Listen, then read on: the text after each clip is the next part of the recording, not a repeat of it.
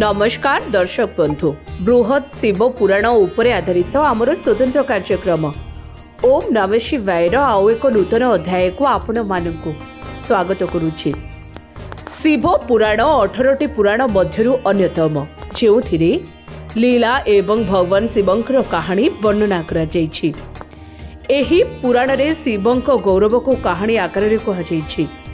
एभली परिस्थिति रे यदि आपण शिव पुराण पढ़न्ते तेबे एथिरु अनेक लाभ पाई परिबे, किंतु एहार केतेक गुरुत्वपूर्ण नियम मध्य जहा जानिबा अत्यंत जरूरी।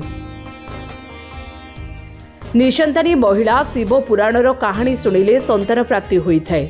एहा सहित समग्र परिवार मध्य गुरुतर रोगरु मुक्ति पाती। शिव पुराण रे मध्य एक वर्णना अछि जे शिव पुराण सुनुथिबा भक्त माने शिव लोकरे स्थान पाती। यह मध्य विश्वास करा जाय जे एही कहानी सुनिबा द्वारा मनुष्यर समस्त पाप नष्ट होई जाय। शिव पुराणर कहानी सुनिबा पूर्व एक प्रतिज्ञा करंतु जे तुमे पूरा भक्ति सहित कहानी सुनिब एवं भगवान शिवं को ध्यान करिवे।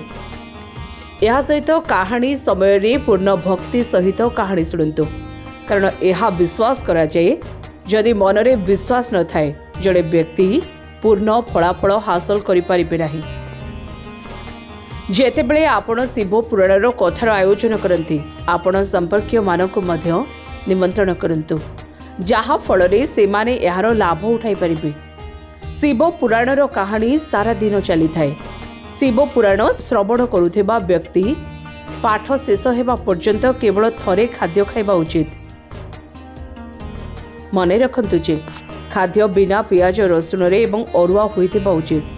यदि आपण भक्ति एवं आग्रहर सहित शिव पुराण शुणती तेबे आपण भगवान शिवं को पाई परिबे।